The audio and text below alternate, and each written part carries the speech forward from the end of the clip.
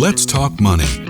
I don't have your money. I know I'd be a lot happier with some extra cash. Is this about money? Obviously, this is all about money. Oh, man, we got bills to pay, buddy.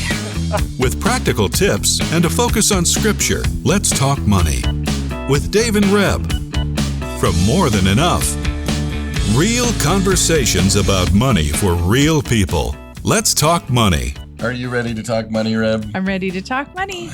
We are in the studio together, just you and me today. Yeah. I always like this show. You probably, if you're joining us for the first time, you wouldn't know that I say this almost every time. You and I are in the studio together, just the two of us. How much I enjoy just you and I having the conversation. I thoroughly enjoy our guests as well. So I'm glad we've been together 35 years. And it's cool to talk to you. I'm glad you still like talking to me and being with me. This is a good thing. Yeah. Well, and thank you. Get to talk about what has become one of our favorite topics, money. I don't know if it's, that's a great question. Is it a favorite topic or is it just something we talk about because that's what we talk about? Yeah, okay. I don't know if it's a favorite topic. So little insert. No. Jesus is a favorite topic of mine to talk about. Absolutely. So we're allowed to have more than one favorite topic. All right. Yes. Little insert into our world though. Our daughter Serena put a poster on our door to the bedroom that says no talking about work in here or something like that. No, past this point. Do not talk about work. So, when your 13-year-old kind of puts that out there and says, okay, we have to have a safe place where you're not talking about it. So we really appreciate that. Yeah, I don't know if that's actually what we do, but anyway. Well, it does remind me. It does. All right. Fair enough. Fair enough. Welcome to the show. This is the show where Dave and Reb, that's you and me, talk about the hard issues around money. Today's show is sponsored by notmine.ca or Financial Discipleship Canada, to be more exact, whose website is notmine.ca. Please go check out the website, notmine.ca. There's tons of resources there. There's all kinds of continuing conversations about money, God, the relationship between the two, and some great resources. Little plug, Reb's book is there. Is one of the places. Can I just say that we recently got the audiobook out there? Yes. So you should be able to find it on Audible, Spotify, Google Play, Apple Play, Barnes & Noble. All the places you find your audio books. My book is there. And it's the second edition that was re-released in the fall in November. So you can get your copy. There is new material in it. There are some study questions. So you'll want to pick up that copy. And please let me know if you are wanting to do it in a book club or are doing it at a book club. Or a study of sorts. If you're local or even if you're not and you would love to have me answer some of your group's questions, I would love to pop in and see you and hear what you have to say about it. So book's called Cultivating Trust, Finding God's Hope and Freedom in Your Finances. And of course, Reb's going to put that in the show notes. So you can find the link, both audio and in the book and study format. So big plug for your book, but love it. So much fun hearing the feedback. And thank you for all of you that have just let us know that you read the book or that you're doing it with a study and that you're just learning more about what it means to trust God in the area of finance. And we're all on that journey together. Right. Reb and I, have often said, we don't have it all figured out. We probably just have way more questions. And so we're asking those questions of each other. We're asking those questions of our guests, and we have a platform to be able to do that. So thank you for journeying with us as we discover some of the answers, or maybe still are suspended with the mystery of how God does his work in our lives. So today we want to have a mortgage talk. And last year we did 2 shows, one in February. I think one was later, midsummer or beginning of summer, where you answered questions about mortgages and such. I want to pick your brain a little bit today about what you do, why a mortgage broker is important, why a mortgage agent is important, why you do what you do and how you do it, and maybe even some of the whys, so that people will understand what it is what service they will get when they call a mortgage agent, specifically you at More Than Enough. But before we go into dig through some of those questions and get your perspective, the scriptures say that wise counsel is really good to have. Sometimes we just want to go it alone. Sometimes we want to make a decision and kind of hide it from other people. But really bringing a big decision like a home purchase, I will just say it's the biggest financial commitment we're making in our lives, I believe. And we want some wise counsel around that. We want some good question asking. We want some discovery. We want to hear others' perspectives. And scriptures has a whole bunch of places where it says, go get wise counsel. There was one that says, I don't know if I have the reference for this one actually printed out. Oh, there, Proverbs 11:14, where there is no guidance, the people fall, but in abundance of counselors, there's victory. The way of a fool is right in his own eyes, but a wise man is he who listens to counsel. And so there are many others about that, but I've always had an issue with some of these verses because I'm like, well, wise counsel is good, but how do you know you're getting wise counsel? So if I know I just want to buy a house and I'll maybe go talk to people who own houses, but maybe it's helpful to talk to some people who've only rented for their lives and learn from them why they've never gone and gotten a mortgage before. Maybe I need to discover a whole bunch of facets of an issue. So when someone comes to you, Dave, saying like they call I get those calls sometimes, our mortgage is renewing, or I'm a first-time home buyer, I don't know anything. What's going to happen when they come to a mortgage agent like yourself? Well, there's a couple of things that we want to set the stage. So first off, you mentioned, yes, this is a large, long-term financial decision. And that in and of itself means that it should be entered into, and I'll say with the respect that the decision warrants, right? So, if I'm going to buy a chocolate bar, it costs me $1.50, not really going to have a long-term impact other than maybe my health. But, not you don't need to have wise counsel financially over the purchase of the chocolate bar. I don't think you need a whole lot of counselors on that. You just go and do it. When you think about it, we're talking multiple years that you're going to be paying for a mortgage or paying for a house. You're talking about, there's the whole process of actually vetting a house, which is more the real estate agent and maybe talking to your parents and other counselors. This is a big decision. And so just entering into the whole process with the respect that the process demands. And in this case, I often say speed does kill. And that doesn't mean you can't move quickly, but it means doing a lot of the setup ahead of time, figuring out your numbers, knowing what your cash flow is. If you're a young couple, that first-time home buyer, then are you going to have kids? If you are we making a decision on this house because based on a dual income situation, which you're in now, potentially, or are you going to make that decision based on a single family income because the goal is we have 2 jobs now, but I'd like to be home with the kids when we start having the kids, and that might be 5 years from now. We want to consider some of these things right here and go through a process. And that's really what I do as a mortgage agent is help you to walk through these longer term perspectives as a starting point and saying, yes, I mean, obviously the how much you can qualify for and what you can afford and what the interest rates are and all of those other things are important, but they are actually a little bit further down in the process. The beginning process is really thinking through what kind of life, what kind of lifestyle do you or you as a couple want to create? And is that home-centric?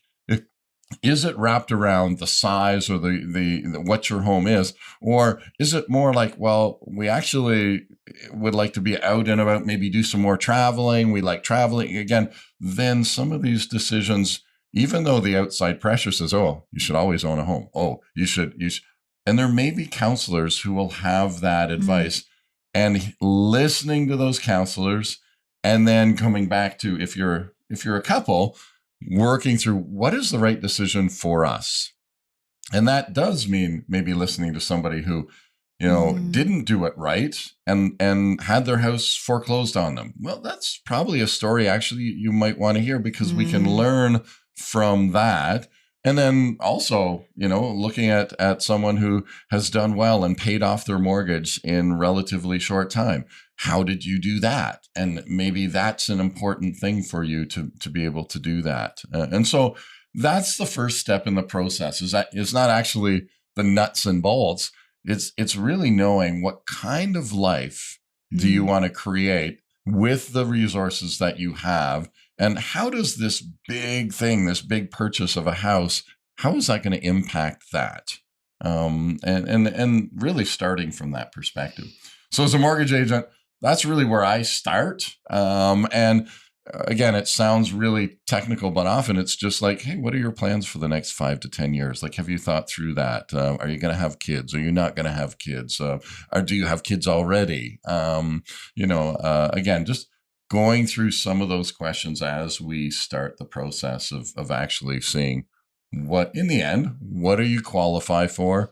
And what can you afford? Because sometimes those are two different things. So I in a recent conversation we've had with Tim Jenkins, one thing that jumped out at me, he said, what makes our financial management a bit easier is having a long-term goal perspective. And it's just reminding me of that like, what do we want long-term? What life are we building? I can't say that anyone asked us that question, or that we asked ourselves that when we bought our first home. Like, we didn't have that experience, but we've asked it since. But we have asked it since. But just having that perspective, no matter where you're at in the journey of home ownership, before, mid, or, maybe after, because eventually, as we've seen our aging parents, you grow out of your house and then you have to decide next steps for that part of your life. But just having that long-term perspectives brings clarity to the decision around a mortgage today. And that's very interesting. One of the things that I do remember in our story was when we moved from our first home, which was, we were at the time, we had 4 kids. It's about a 700 square foot home, beautiful home, big backyard. We really felt that the Lord had landed us there when we had one, and then we had a few more. And so we were looking to pivot to this bigger house. The Lord led us. That's a whole story on itself. But I remember you and I intentionally saying to the mortgage agent that helped us, we want to keep our mortgage payment the same, because we're going from a 700 square foot home to a 2,700 square foot home. And we knew what our finances are. We knew what we could afford. We'd been living that way already in our previous home. And we really said, like, we don't know. We know property taxes are going to be more. We don't know what heat and hydro are going to be. We don't know what the increased expenses are. So that was one clear, we want to make sure that the mortgage we get, that we can keep the payments the same as what we're making now, because we're anticipating all these other ones. And I think that's, one of the decisions that really put us financially in a place of, okay, we can do that. We're managing some of these other ones. I can't imagine. And that was the counselor part that we had just kind of said, okay, we know what our finances are. So with this change, we better make sure that we at least control that part of it. And boy, was God gracious to us.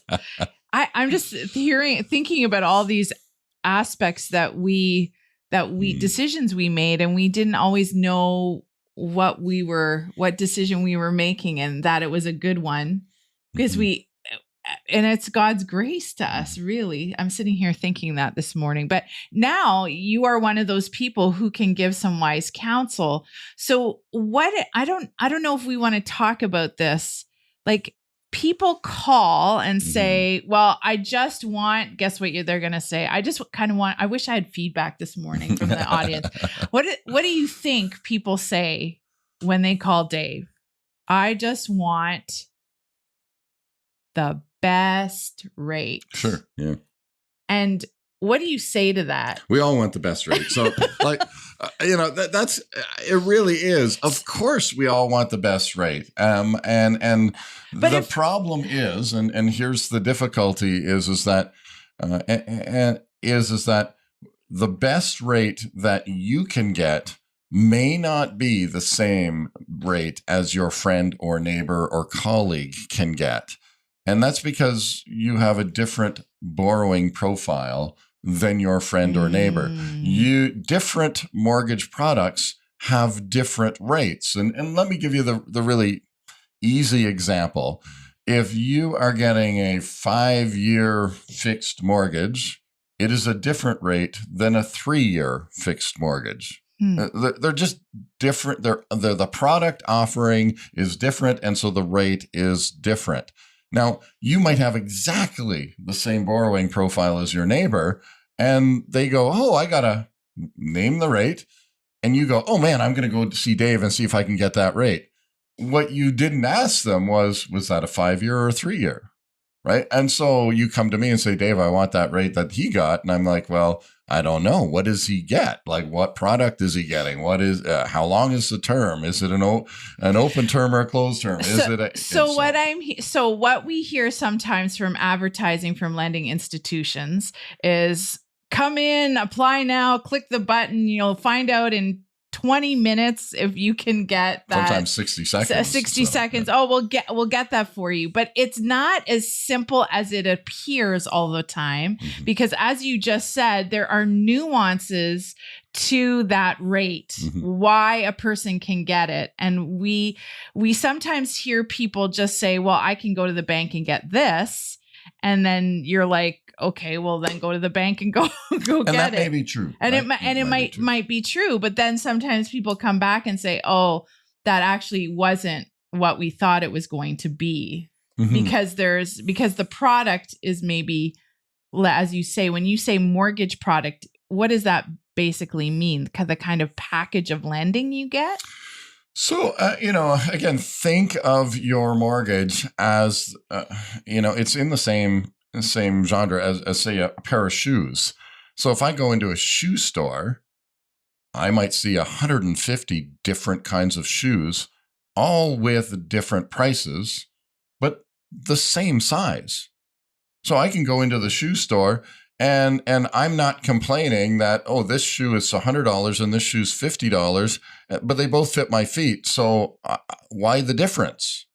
Right. So we understand that from a product standpoint. Yes, we do. Yeah. We don't do that with a mortgage. We think, okay, well, every mortgage is the same and every bank offers exactly the same mortgages and features and color and every bank. And by the way, my borrowing profile, because I have a size 9 borrowing profile, is the same as your borrowing profile because you have a size 9 borrowing profile, which is not true. Again, I can't just look at you, Rebecca, and say, oh, here's your borrowing profile. But I can look at you and say, hey, you got the same size feet as me, right? So, yes. In that way, thinking of the mortgage product as a product that, we are going to fit your borrowing profile into whichever bank. And again, this is the advantage we have as a broker.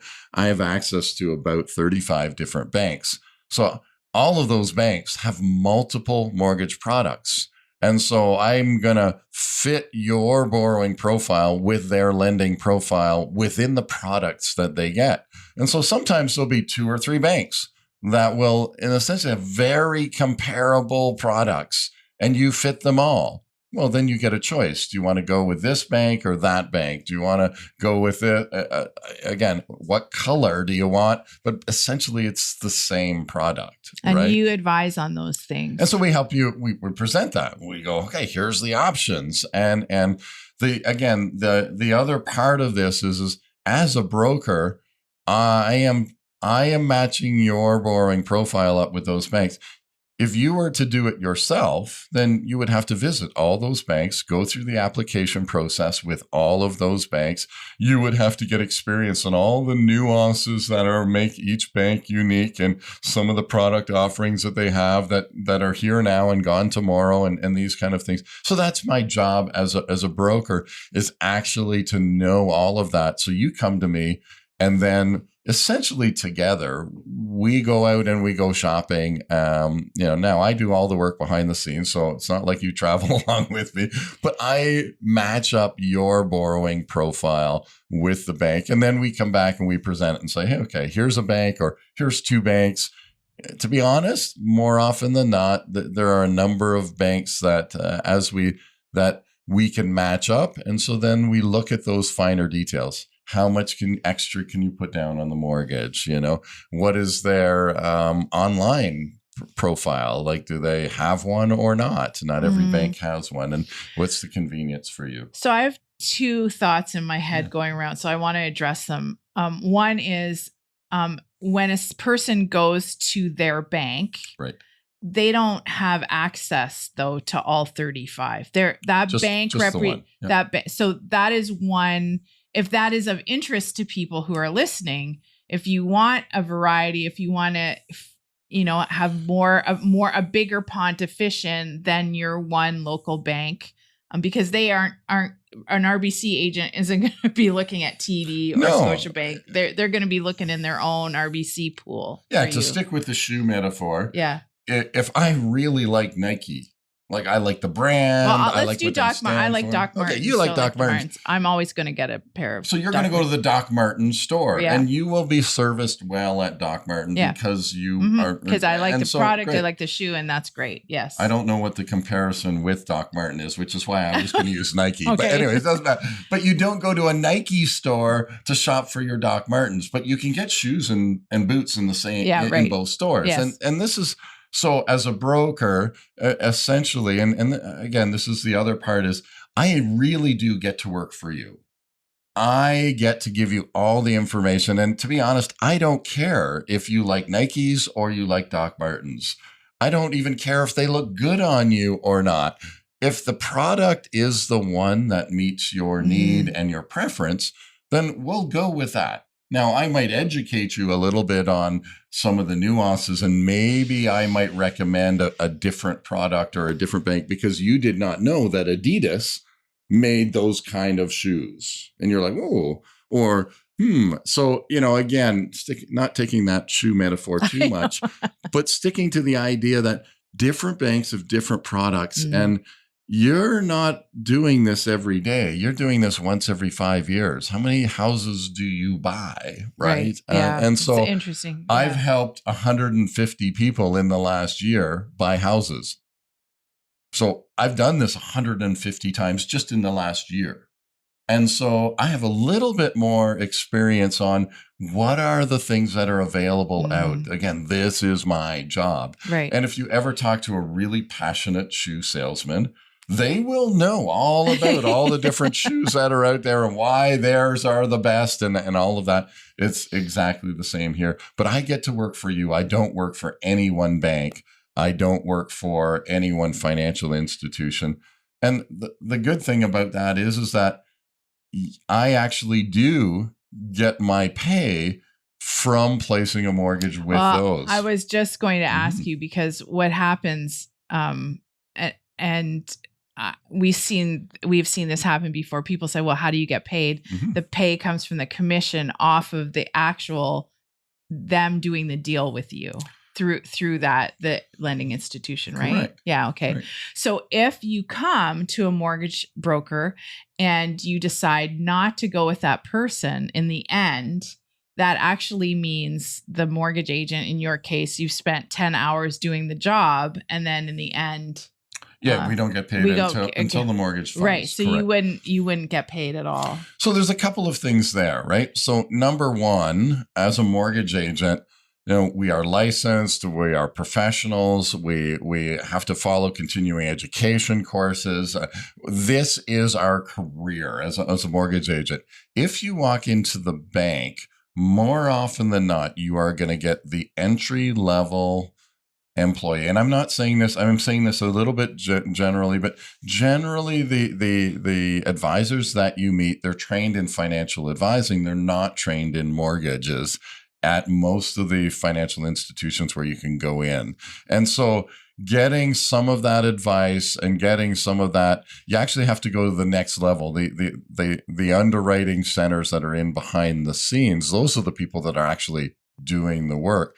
And so filtering through that, it can be sometimes challenging. That's been probably one of my biggest feedbacks is I went to the bank. I didn't feel like the person that I was talking to really knew what was kind of happening or what my desires were.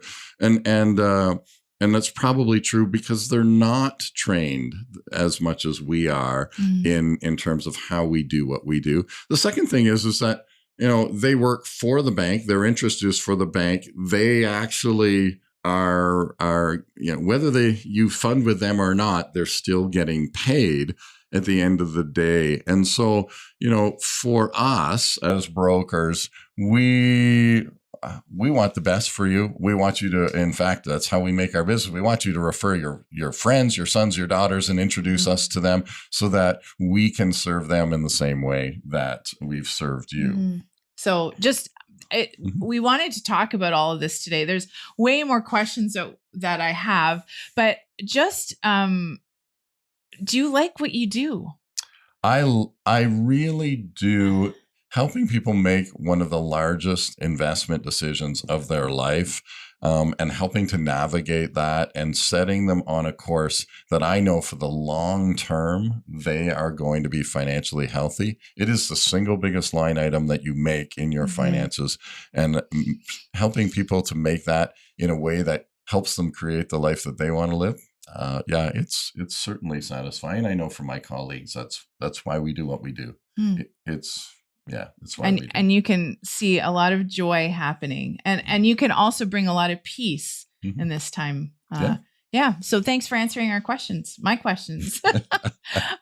Thank you for joining us. I'm just going to pray us out for a minute. And thank you, Father, for the wise counsel you give through men and women in our lives. And we just ask for wisdom for people who are navigating their mortgages, and especially in this economic climate. Thank you that you are our greatest counsel and wisdom bringer.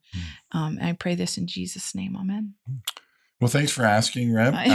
Again, if you have questions, you can certainly reach out. Morethanenough.ca is the website. You can find the information there. You can call the office, and Reb might even answer the phone some of the time. And of course, you join us next week when we talk money.